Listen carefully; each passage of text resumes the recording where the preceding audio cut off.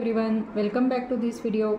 Today we are going to learn the WH type question in future perfect tense. म्हणजेच आजच्या व्हिडिओमध्ये आपण पूर्ण भविष्य काळातील WH टाइपचे क्वेश्चन बघणार आहोत. मागच्या व्हिडिओमध्ये आपण येस नो टाइप क्वेश्चन पाहिले, तेव्हा तो सुद्धा व्हिडिओ तुम्ही नक्की बघा. त्याची लिंक मी खाली डिस्क्रिप्शन बॉक्समध्ये दिलेलीच आहे. तर इथे मी पूर्ण भविष्य काळातील काही मराठीतून प्रश्न इथे लिहिलेली आहेत आणि ही प्रश्न असे आहेत की WH टाइपचे क्वेश्चन, म्हणजे असे प्रश्न की ज्याच्यामध्ये प्रश्नार्थक शब्द आलेला असेल. तर आता ह्याच प्रश्नांचे मग त्याच्या रचनेनुसार इंग्रजीमध्ये ट्रान्सलेशन कसे करायचे तेच आजच्या व्हिडिओमध्ये आपण समजून घेणार आहोत. तेव्हा तुम्ही संपूर्ण व्हिडिओ स्किप न करता नक्की बघा. आणि जर तुम्ही या चॅनलवर नवीन असाल तर चॅनलला सबस्क्राईब देखील करा. तर सर्वात आधी आपण याचे स्ट्रक्चर बघूया. तर इथे बघा WH वर्ड घेतला जातो सर्वात आधी प्रश्न बनवताना. WH वर्ड म्हणजेच काय तर प्रश्नार्थक शब्द. त्यानंतर घेतला ते विल, हे सहाय्यकारी क्रियापद. त्यानंतर घेतला तो सब्जेक्ट, त्यालाच आपण मराठीत कर्ता असे म्हणतो, कर्ता. त्यानंतर घेतला ते हॅव. त्यानंतर घेतला ते V3 म्हणजेच काय तर क्रियापदाचे तिसरे रूप. त्यानंतर घेतला तो ऑब्जेक्ट, यालाच आपण मराठीत कर्म म्हणतो. आणि सर्वात शेवटी मग क्वेश्चन मार्क म्हणजेच प्रश्नचिन्ह. तर आता इथे बघा फर्स्ट क्वेश्चन आहे, तू 10 वाजेपर्यंत कुठे आलेला असशील. बघा आता कुठे आलेला असशील म्हणजे भविष्यकाळामध्ये येण्याची क्रिया ही पूर्ण झालेली असेल, म्हणजेच कुठे आलेला असशील. तर आता इथे सर्वात आधी आपल्याला बघावं लागेल की प्रश्नार्थक शब्द कोणता आहे. तर इथे प्रश्नार्थक शब्द आहे कुठे. मग कुठेसाठी आपण इंग्रजीमध्ये काय शब्द वापरत असतो, वेअर. म्हणजे प्रश्नाची सुरुवात कशाने होणार आहे तर व्हेअरने, व्हेअर. त्यानंतर बघा इथे काय घ्यायचं सांगितलेलं आहे, विल, हे सहाय्यकारी क्रियापद म्हणून आपण घेणार आहोत वेअर, विल. त्यानंतर घ्यायचं आहे सब्जेक्ट म्हणजेच कर्ता. मग कर्ता कोणता आहे, तू. मग तूसाठी आपण इंग्रजीत वापरत असतो यू, तू किंवा तुम्हीसाठी आपण यू वापरत असतो. त्यानंतर आपल्याला काय घ्यायचं आहे, हॅव, म्हणजेच वेअर, विल, यू, हॅव.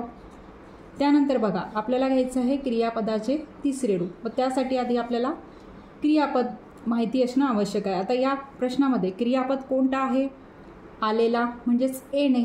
मग त्यासाठी आपण इंग्रजीमध्ये अरायू हा शब्द वापरतो. आता त्याचा V3 फॉर्म घ्यायचा, म्हणजे त्याचं तिसरं रूप आपल्याला घ्यायचं आहे, ते आहे अरायू, ARRIVED, अरायू. आणि वेअर, विल, यू, हॅव, अरायू. तू कुठे आलेला असशील 10 वाजेपर्यंत.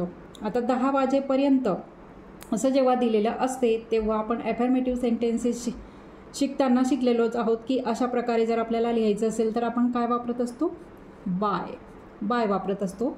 आणि काय दिलेली आहे वेळ, 10 o'clock,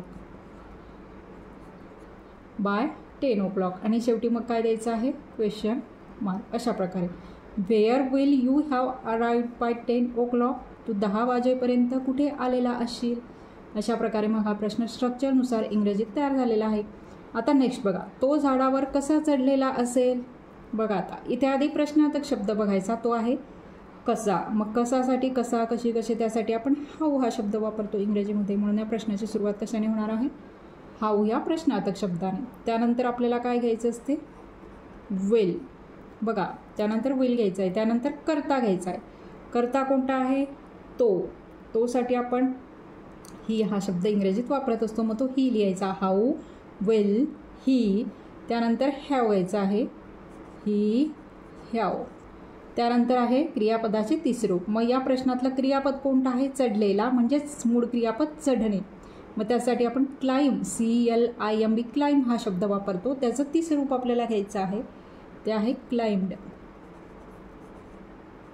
CLIMBD, क्लाइम्ड. आणि ऑब्जेक्ट घ्यायचा आहे शेवटी. इथे ऑब्जेक्ट दिलेला आहे, मग ऑब्जेक्ट काय आहे, झाडावर, म्हणजे झाडावर आहे म्हणून आपण इथे काय घेणार आहोत, ऑन ट्री.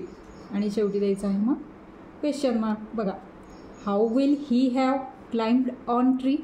तो झाडावर कसा चढलेला असेल. अशा प्रकारे मग रचनेनुसार रचना जर तुम्हाला लक्षात असली तर तुम्ही कोणताही प्रकारचा प्रश्न हा मग तयार करू शकतात. आता नेक्स्ट बघा, त्यांनी त्यांची नोकरी कधी सोडलेली असेल. बघा आता इथे सुद्धा आधी प्रश्नार्थक शब्द कोणता आहे, कधी. मग कधीसाठी आपण इंग्रजीत काय वापरतो, वेन हा शब्द इंग्रजीसाठी वापरत असतो, वेन. त्यानंतर घ्यायचं आहे विल. त्यानंतर आपण काय घेत असतो, कर्ता. कर्ता काय आहे, त्यांनी. मग त्यासाठी आपण काय वापरतो इंग्रजीत? दे. त्यानंतर घ्यायचं आहे have. When will they have. आता इथे आपल्याला क्रियापद बघायचं आहे. क्रियापद काय आहे? सोडलेली, सोडणे. मग त्यासाठी लीव हा शब्द आपण इंग्रजीत वापरतो. त्याचं तिसरं रूप ते काय येणार आहे? Left. When will they have left. त्यांनी कधी सोडलेली असेल. काय सोडलेली असेल? ऑब्जेक्ट काय आहे, कर्म काय आहे? तर त्यांची नोकरी. म्हणजेच त्यासाठी आपण काय वापरणार आहोत? त्यांच्यासाठी देअर जॉब. किंवा प्लुरल जर असेल तर तुम्ही ते जॉबसुद्धा लिहू शकता. त्यांची म्हटलेलं आहे, त्यांनी म्हटलेलं आहे, म्हणून इथे आपण प्लुरल घेतलेला आहे. When will they have left their jobs. त्यांनी त्यांची नोकरी कधी सोडलेली असेल?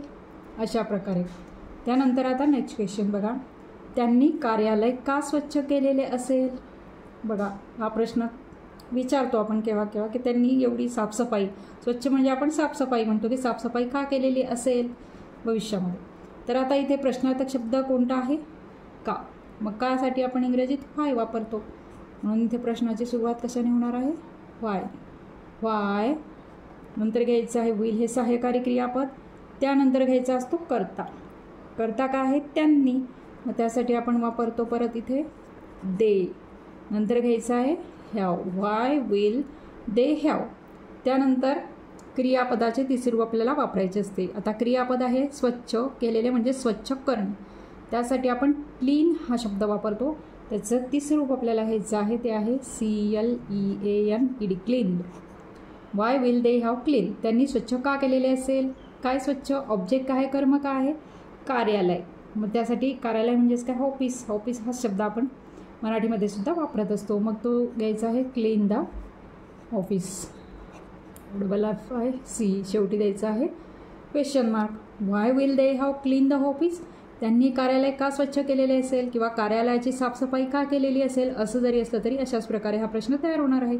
तर कार्यालयाऐवजी त्यांनी घराची साफसफाई का केलेली असेल ते सुद्धा मग असं why will they have clean the house किंवा क्लीन देअर हाऊस असं तो सुद्धा तुम्ही म्हणू शकता. त्यानंतर आता नेक्स्ट क्वेश्चन बघा.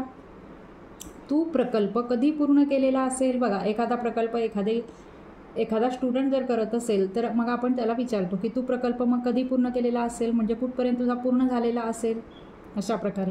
मग आता इथे प्रश्नार्थक शब्द आहे कधी. मग कधीसाठी आपण कोणता इंग्रजीतून शब्द वापरत असतो? व्हेन. म्हणून इथे काय घ्यायचं आहे? प्रश्नाची सुरुवात कशाने होईल? व्हेन.